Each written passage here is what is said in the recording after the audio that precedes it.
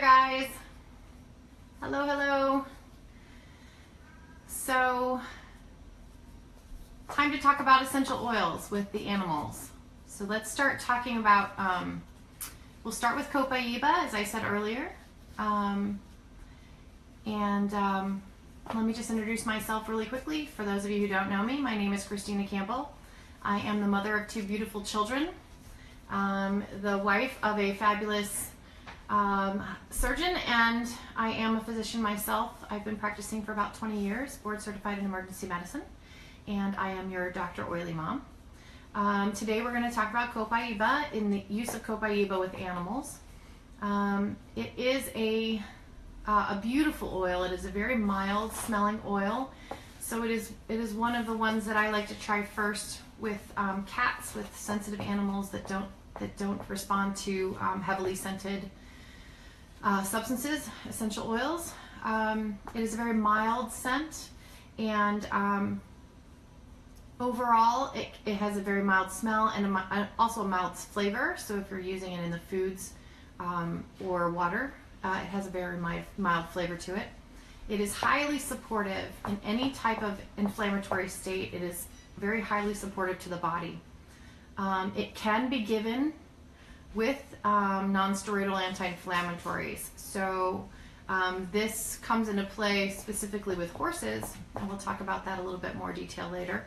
But it can be used along with NSAIDs, and then can be left on board while you're weaning the non-steroidal anti-inflammatory medications off. That is something that is often used in horses, especially performance horses. And NSAIDs can lead to gastric ulcers and other issues. So I guess we're just going to delve into this now, since I said later, but we'll just do it now. So one of the things with horses is that you can use the Copaiba along with the NSAIDs, and then as you're weaning the NSAIDs off, you can leave the Copaiba on. And it is also very supportive to the gastric area, the stomach, and the digestive system. So it works very nicely for horses in particular, but other animals as well.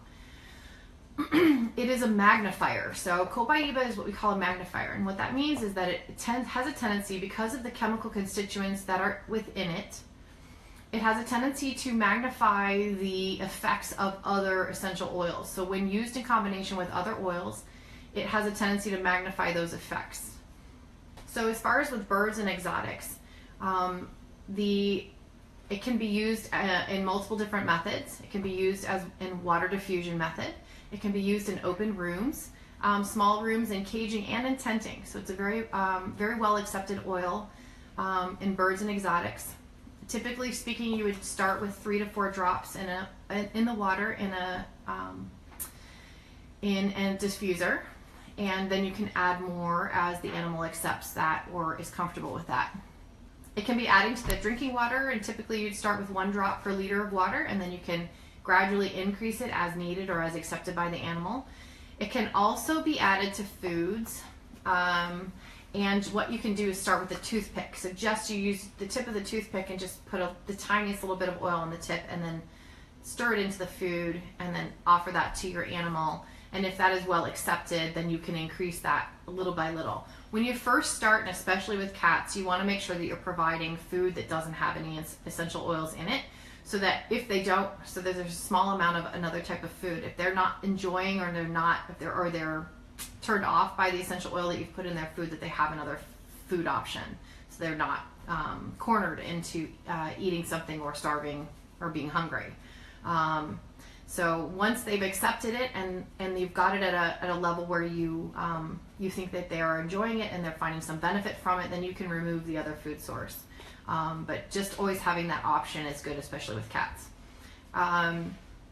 Topically speaking, you can put a drop of the Copaiba in a tablespoon of the animal sense ointment. And we'll talk more in a couple of days about the animal sense line. There's actually an entire line of products through Young Living developed for animals.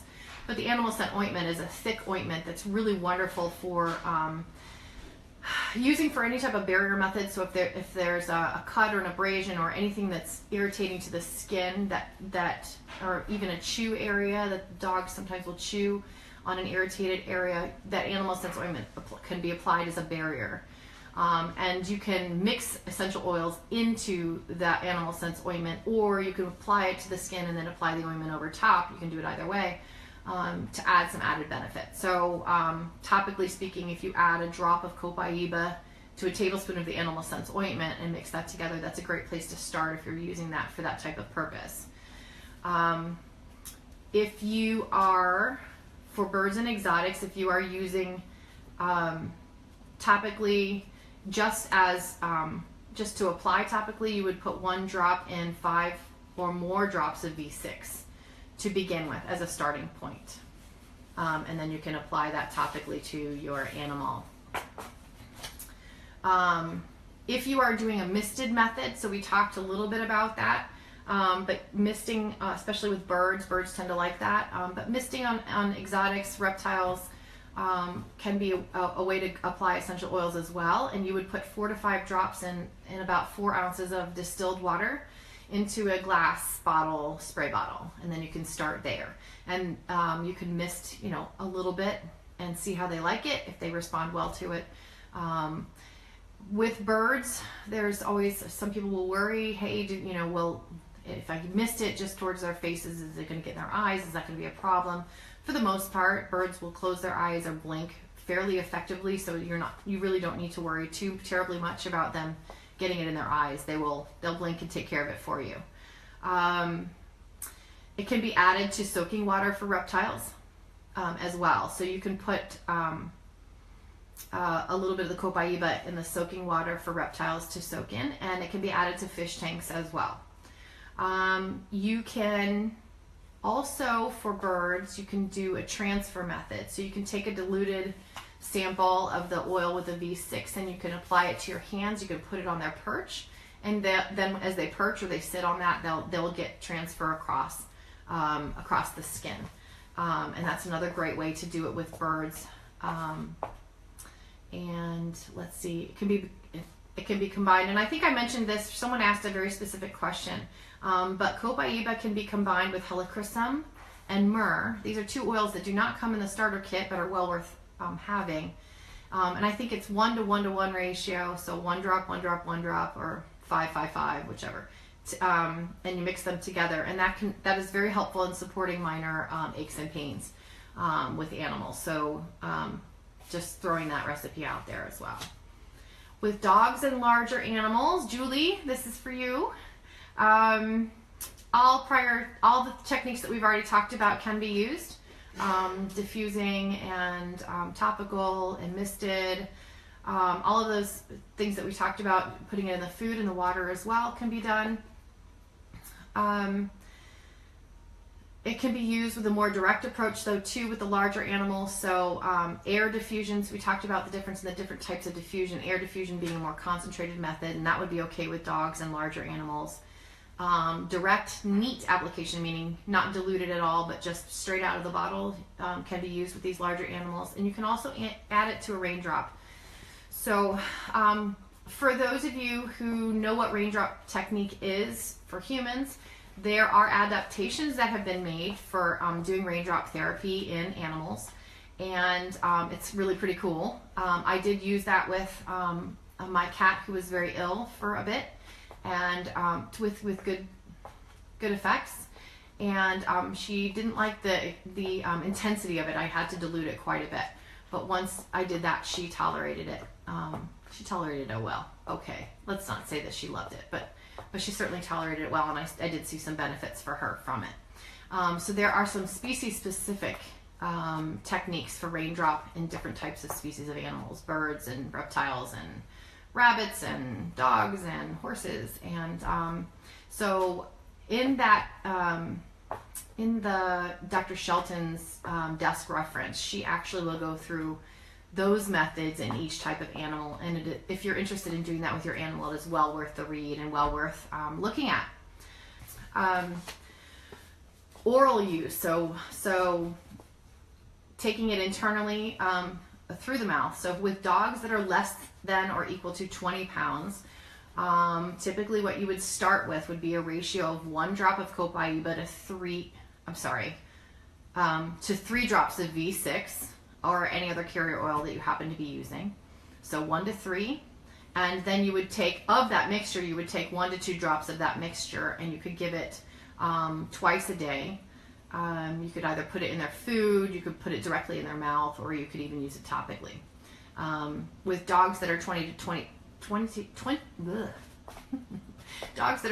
to 50 pounds, it's a 1-to-1 ratio, Copaiba to V6, so you don't have to dilute it quite as much, and then it's 1 to 2 drops. Again, you can use it up to twice a day. And that's sort of a starting point.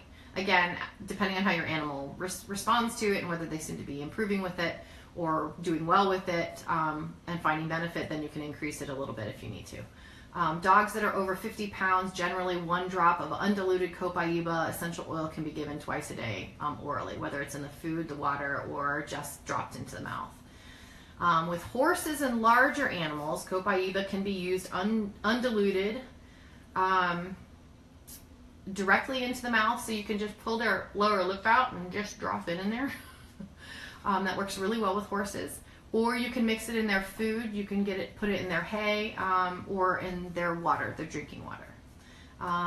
Typically speaking, you'd start with 1 drop of Copaiba essential oil to every 100 to 200 pounds of animal weight. So if your horse, and I'm just going to pick a random number, if your horse weighs 600 pounds, then you would start with 3 drops, 3 to 4 drops, say, of Copaiba. So it's 1 drop of Copaiba to each 100 to 200 pounds. So there's obviously a range there, right?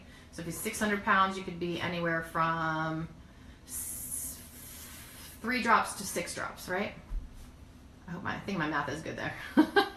Okay, and then with horses, typically you're starting with most horses, I'm told you should start about 5 drops twice a day.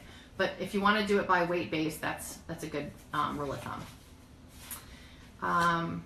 We talked about the NSAIDs already. The other thing about non-steroidals use in horses, especially performance horses, is that aside from the fact that it causes the gastric ulcers, you typically end up spending money on ulcer guarding medication. So in order to prevent the ulcers, you're also spending a ton of money on buffering medications to prevent them from developing ulcers.